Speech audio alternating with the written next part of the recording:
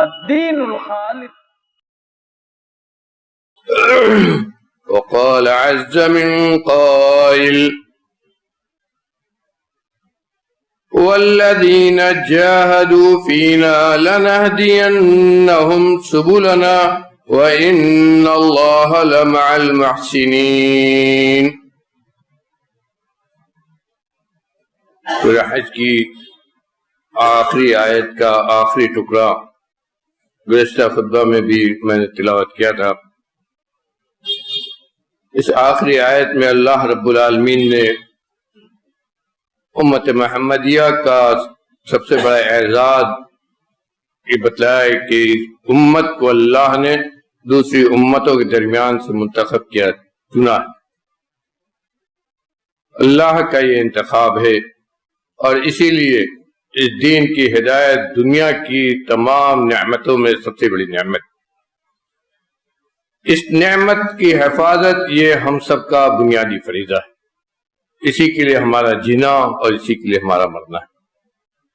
اور جو لوگ اس نعمت کی قدر کرتے ہیں، اس نعمت کے لیے عمل کرتے ہیں، اس نعمت کی حفاظت کی کوشش کرتے ہیں، اللہ رب العالمین نے دنیا میں اور اگلی دنیا میں بھی ان کی مدد، ان کی نصرت، ان کا ساتھ دینے کا وعدہ کیا.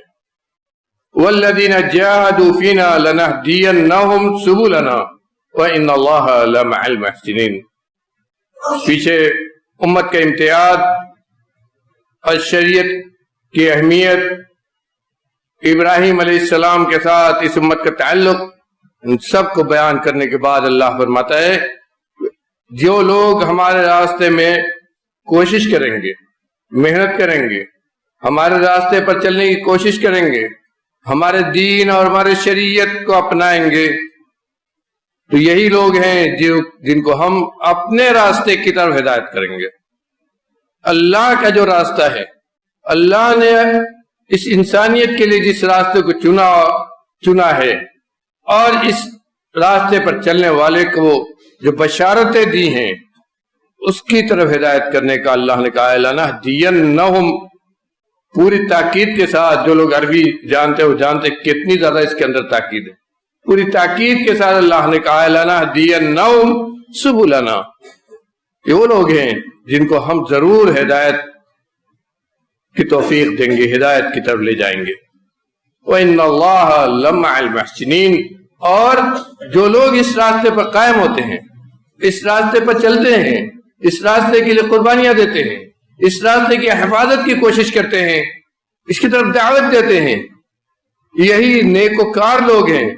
اور انہی نیکوکاروں کے ساتھ اللہ رب العالمین، انہی نیکوکاروں کے لیے اللہ کی خصوصی مدد و نصرت ہے، انہی کے لیے اللہ کا تحفظ ہے. سب اس آیت کے اندر، اس آیت کے معنی میں داخل ہے. اور اسی تحفظ کے لیے اللہ رب العالمین نے ہمیں سال کے مختلف خیر و برکت کے مواسم، مہینے دیے ہیں. گزشتہ خطبہ میں ہم نے رمضان کے استقبال کی تیاری کے تعلق سے کچھ باتیں کی تھی.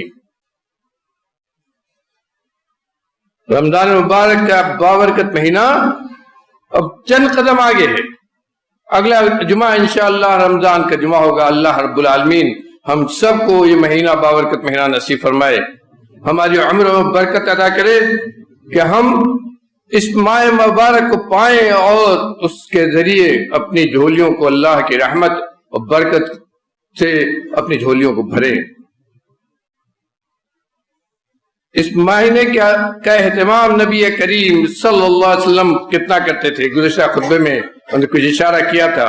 مسند احمد کی روایت ہے، یہ مہینہ آنے سے پہلے ایک سال شعبان کے آخری دن میں نبی کریم صلی اللہ علیہ وسلم نے خطبہ دیتے ہوئے فرمایا تھا قد اضلکم شہر عظیم شہر مبارک شہر فی لیلۃ خیر من الف شہر من حرمها فقد حرم الخیر کلہا او کما قال صلی اللہ علیہ وسلم.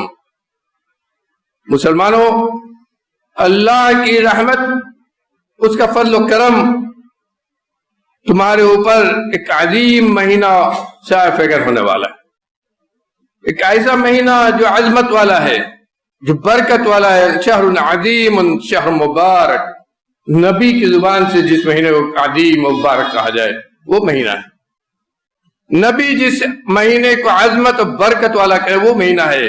اپنے ساتھیوں کو، اپنے ماننے والوں کو آپ نے بشارت دیتے ہوئے گویا کہا ہے کہ تیار ہو جاؤ، عظیم و بابرکت مہینہ آنے والا ہے۔ شہر فیہ لیلۃ خیر من الف شہر، ایسا مہینہ ہے جس کی ایک رات، صرف ایک رات ایسی، صرف ایک رات جس کے اندر ہے 2000 مہینوں کی راتوں سے بہتر ہے۔ اور اسی لیے من حرم، جو آدمی اس رات کی برکتوں سے محروم ہو جائے تو وہ تمام قسم کی خیر اور تمام قسم کی برکتوں سے محروم ہو جائے۔ اسی لیے میں نے گزشتہ خود میں ذکر کیا تھا کہ اس مہینے کے آنے سے پہلے صحابہ کرام، تابعین، سلف کی سیرتوں کو پڑھیے، کس طرح تیاریاں کرتے تھے۔ 3 باتیں ہم نے ذکر کی تھی گزشتہ خطبہ میں، اس کی تیاری کیسے ہم اس ماہ مبارک سے فائدہ اٹھا سکتے ہیں، اس کے لیے ہمیں کیا تیاری کرنی چاہیے۔ سلسلے میں 3 باتیں ہم نے ذکر کی تھی۔ سب سے پہلی چیز ہے کہ اپنے اندر اخلاص پیدا کریں، اپنے اندر اخلاص پیدا کریں، اپنی نیتوں کو خالص کریں، ریاکاری سے اپنے دل کو پاک کریں، کیونکہ بغیر اس کے نہ تو روزہ ہمارا اللہ کا قبول ہوگا، نہ صدقہ و خیرات قبول ہوگا، نہ قرآن کی تلاوت قبول ہوگی، نہ اور دوسرے نیک اعمال قبول ہوگا۔ سب سے پہلی چیز یہی ہے کہ ہم اپنے دل کی صفائی کریں، اور اسی لیے میں نے یہ بھی بیان کیا تھا کہ دل کی صفائی بہت ضروری ہے۔ دل کی صفائی کے لیے ضروری ہے کہ ہم اللہ کی طرف لو لگائیں، اس کے سامنے اپنے گناہوں کا اعتراف کریں، اس کے سامنے روئیں گڑگڑائیں، اس کمزور ہاتھ کو اٹھا کر اس رب سے کہیں کہ سال بھر ہم نے اگر گناہ کیا ہے تو یہ مہینہ آنے کے بعد اب گناہوں سے ہم توبہ کرتے ہیں، اسلامی زندگی گزارنے کا عہد کریں۔ اور میرے بھائیوں، ایک بہت اہم چیز ہے جس کا ذکر بہت ضروری ہے، یہ دنیا اور اس دنیا کے اوقات آج کے کرونا کے اس فتنے کے دور میں ان کی اہمیت کیا ہے ہم خود سمجھتے ہیں۔ اچھا خاصا آدمی چلتے پھرتے کس طرح سے دنیا سے چلا جا رہا ہے، یہ روز ہمارے منظر میں۔ یہ وقت زندگی کا جو چلا جاتا ہے وہ پلٹ کر نہیں آتا ہے۔ اللہ نے یہ مہلت ہمیں دی ہے، زندگی کی مہلت اپنی آخرت کو بنانے کے لیے۔ ہم نماز پڑھتے ہیں، روزہ رکھتے ہیں، زکوٰۃ دیتے ہیں، صدقہ و خیرات کرتے ہیں، اور دنیا اور دین کے دوسرے نیکی کے کام کرتے ہیں۔ کیوں؟ صرف اس لیے ابتغاء لوجہ اللہ، اللہ راضی ہو جائے۔ اس کے لیے ہمیں اپنے زندگی کا وقت، اور حقیقت میں جو وقت اس میں ہم لگاتے ہیں وہ سب سے زیادہ ہمارا قیمتی اور سب سے اچھا وقت ہے۔ نبی کریم صلی اللہ علیہ وسلم نے اسی کی طرف اشارہ کرتے ہوئے مشہور حدیث فرمایا تھا، نعمتان مغبون فیہما کثیر من الناس، 2 نعمتیں اس دنیا میں ایسی ہیں آدمی کو ملتی ہیں، ہر آدمی کو ملتی ہیں، لیکن کم ہے وہ لوگ جو ان 2 نعمتوں سے فائدہ اٹھا لیں، ان دونوں سے فائدہ اٹھا لیں۔ کون سی 2 نعمتیں ہیں؟ الصحت والفراغ، صحت و تندرستی اور فارغ وقت، صحت و تندرستی اور فارغ وقت۔ اسی لیے آپ نے ایک حدیث فرمایا تھا، اغتنم خمسا قبل خمس، 5 چیزوں کو 5 چیزوں سے پہلے غنیمت جانو۔ اللہ کی 5 نعمتوں کو 5 چیزیں آنے سے پہلے، ان 5 کے چھیننے سے پہلے غنیمت جانو۔ اس میں کیا تھا؟ صحت کا قبل سقم، اب بیماری آئے اس سے پہلے اللہ نے جو صحت آپ کو دی ہے اس صحت کو غنیمت جانو۔ فراغ کا قبل شغل، اور مشغولیت آنے سے پہلے جو فارغ وقت ہے اس کو غنیمت جانو۔ اور حقیقت میں فارغ وقت کیا ہوتا ہے اس کو تو ہم نے اس کرونا کے فتنے کے دور میں ہم نے جانا۔ اور اس فارغ وقت سے جس نے بھی فائدہ اٹھایا، پچھلے سال کو یاد کیجئے، اپنی زندگی کے اوقات کو یاد کیجئے، اس سے عبرت ملے گی۔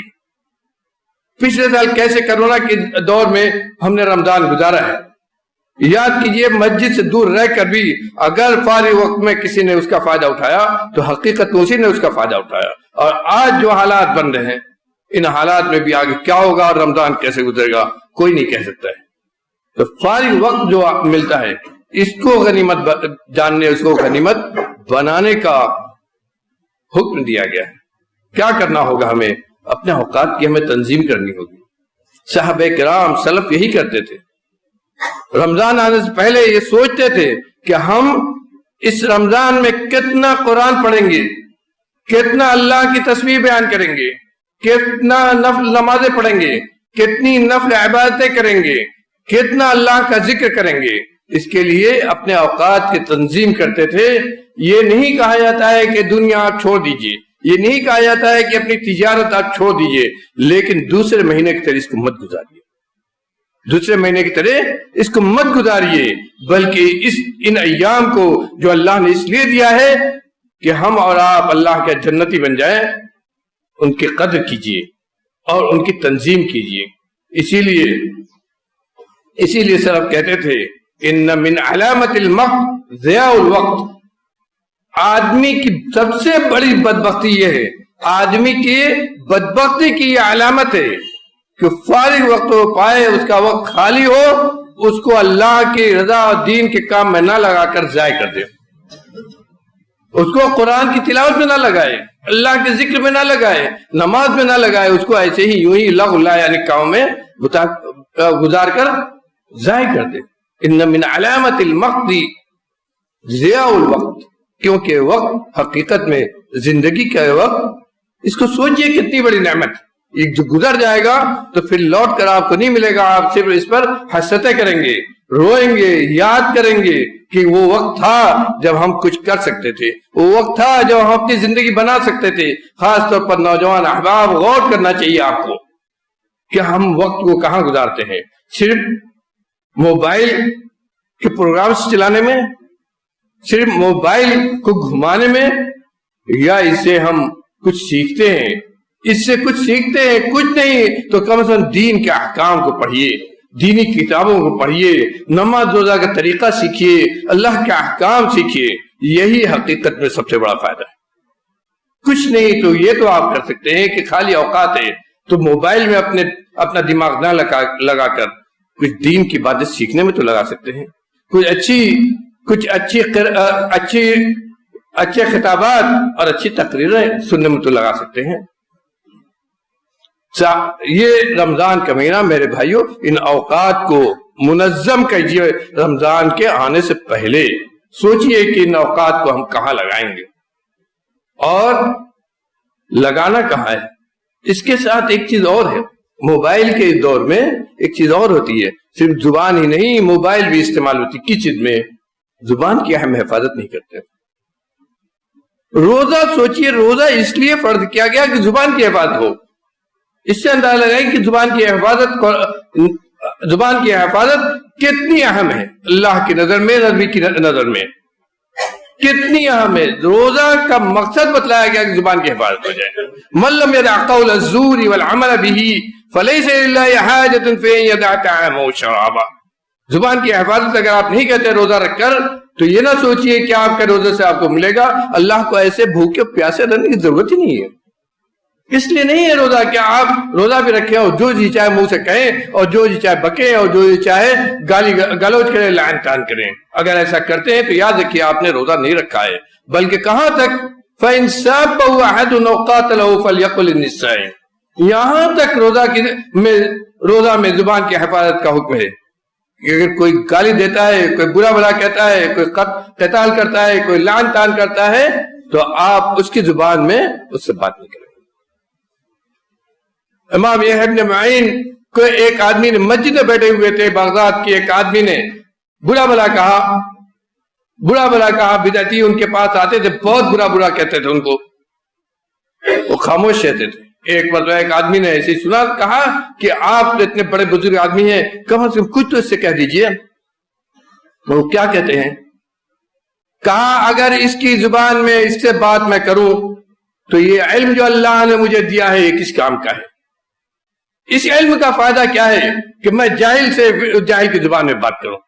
اگر میں جاہل سے جاہل کی زبان میں بات کرتا ہوں تو اللہ نے مجھے جو علم دیا ہے اس علم کی کوئی اہمیت نہیں ہے۔ یہ علم اسی چیز سے تو روکتا ہے کہ زبان کی ہماری حفاظت ہو جائے۔ مالک ابن دینار کی بات پر غور کیجیے، کہتے ہیں اذا وجدت وهنا فی بدنک، جب تمہیں یہ محسوس ہو، یہ لگے تمہیں اندر سے، یہ فیل ہو کہ بدن کمزور ہو رہا ہے، رزق میں روزی میں کمی ہو رہی ہے، دل سخت ہوتا جا رہا ہے، دل میں عبادت کا، قرآن کی تلاوت کا، اللہ کے ذکر کا شوق نہیں پیدا ہو رہا ہے، فَاعْلَمْ أَنَّكَ تَكَلَّمْتَ فِي مَا لَا يَعْنِيكَ، فَاعْلَمْ أَنَّكَ تَكَلَّمْتَ فِي مَا لَا يَعْنِيكَ، کہا کہ یہ غور کر لو، اس وقت یاد کرو کہ کب تم نے لا یعنی لغو بات کی تھی۔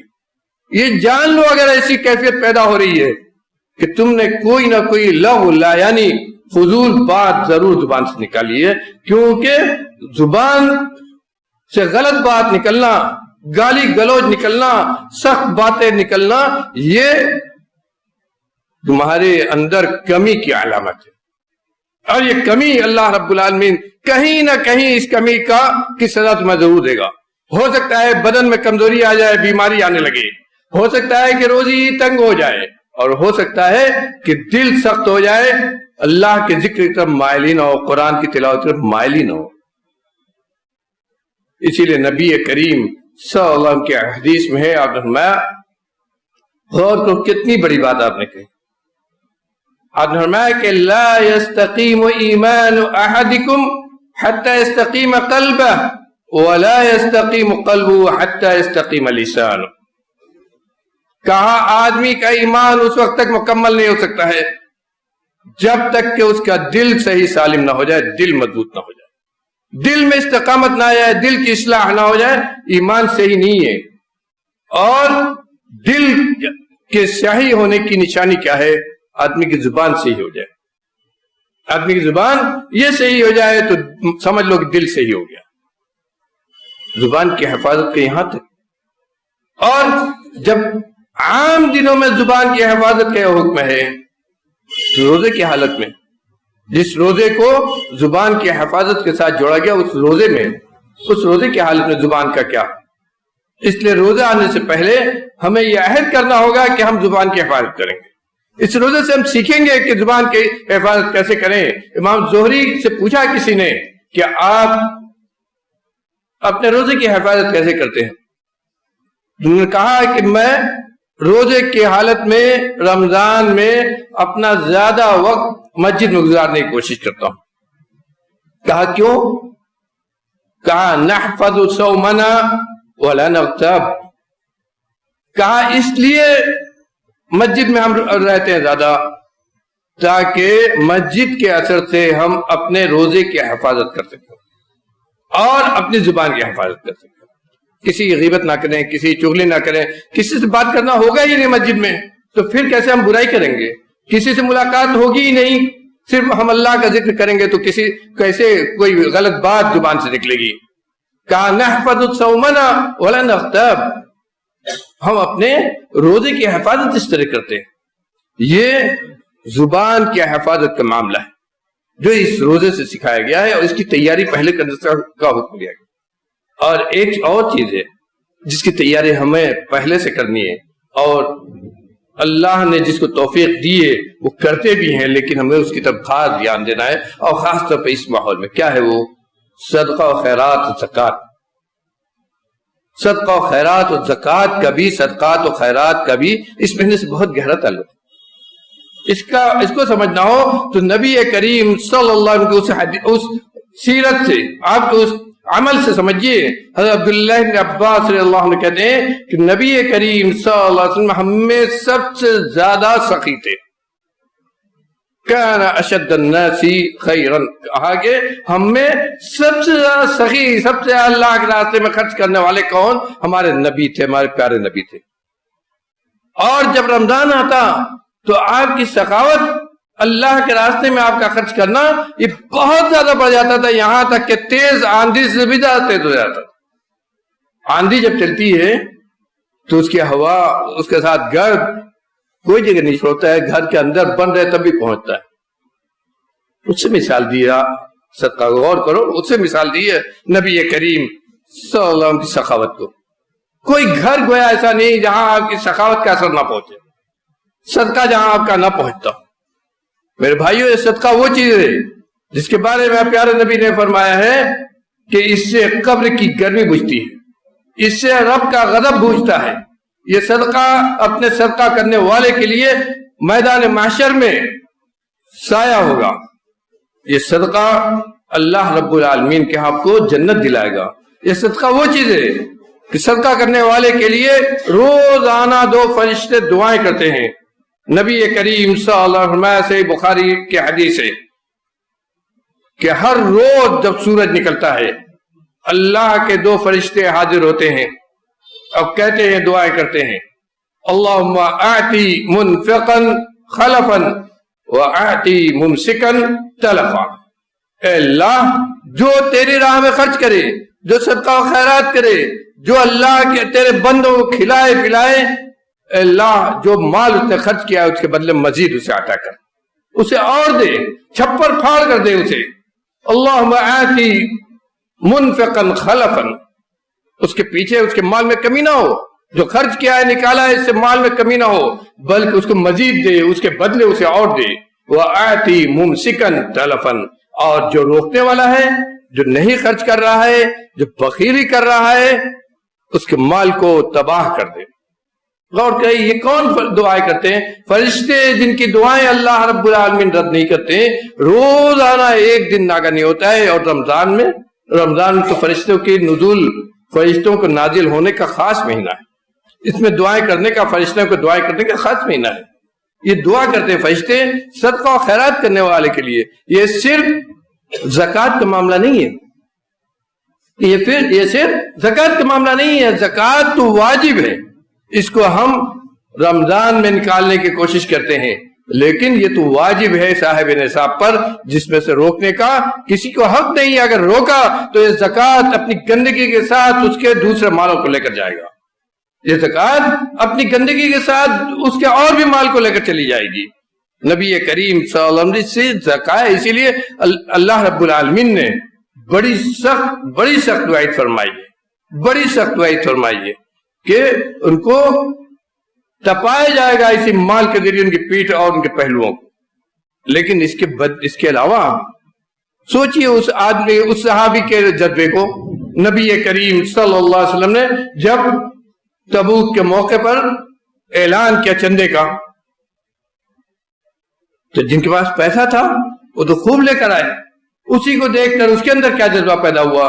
کہا گھر کے اندر ایک کوڑی نہیں ہے، ایک پیسہ نہیں ہے جو چندے میں دے دیں۔ رات میں ایک یہودی کے باغ کو جا کر سیراب کیا، رات گزاری باغ کو سیراب کرنے کے لیے۔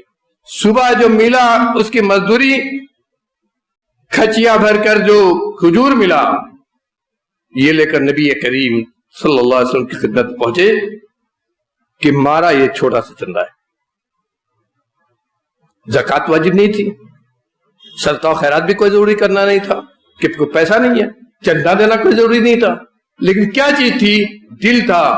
دل تھا جس کے اندر مال کی محبت نہیں تھی، دل تھا جس کے اندر نبی نے چندے کا اعلان کیا ہے تو دینے کا شوق تھا، اور اسی لیے جو رات بھر کی محنت کر کے کھجور ملا تھا لے کر نبی کریم صلی اللہ علیہ وسلم کی خدمت پہنچی اور اسی کو پیش کر دیا۔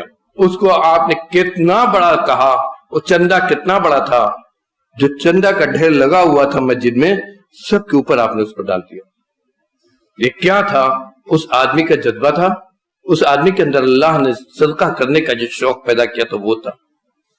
اور اسی لیے اللہ رب العالمین نے اس صدقے کے بارے میں کیا کہا ہے؟ مسلمانوں کو اس صدقے کی خصوصیت مسلمان کی بتلائیے، اصحاب الجنہ کی، جن کو جنت میں کھلانے پلانے کی بشارت دی ہے، ان کے بارے میں فرمایا ہے وَيُطْعِمُونَ الطَّعَامَ عَلَى حُبِّهِ مِسْكِينًا وَيَتِيمًا وَأَسِيرًا إِنَّمَا نُطْعِمُكُمْ لِوَجْهِ اللَّهِ لَا نُرِيدُ مِنكُمْ جَزَاءً وَلَا شُكُورًا۔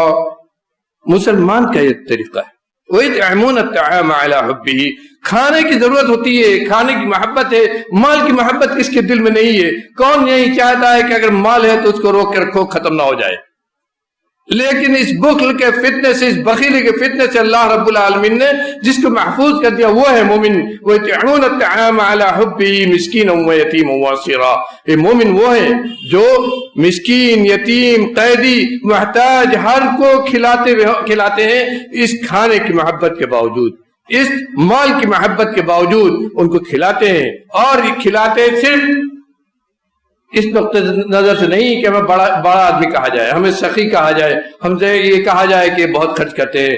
انما نطعمکم لوجہ اللہ، جو کچھ اللہ کے راستے میں خرچ کرتے ہیں اللہ کا دیا ہوا ہے، اس کی امانت ہے، اس نے ہمیں نوازا ہے، تو ہم اسی کی رضا، اسی کی خوشنودی کے لیے کچھ کرتے ہیں۔ انما نطعمکم لوجہ اللہ لا نريد منکم جزاء ولا شکرا، ہم کو نہ کسی سے بدلہ چاہیے اور نہ کسی سے شکریہ کا ایک لفظ چاہیے، نہ بدلہ چاہیے کہ اس کے بدلے میں تم مجھے کچھ دے دو، نہ شکریہ ہی کا ایک جملہ چاہیے، یہ اللہ کا حکم ہے اور اللہ نے دیا ہے اس لیے ہم خرچ کر رہے ہیں۔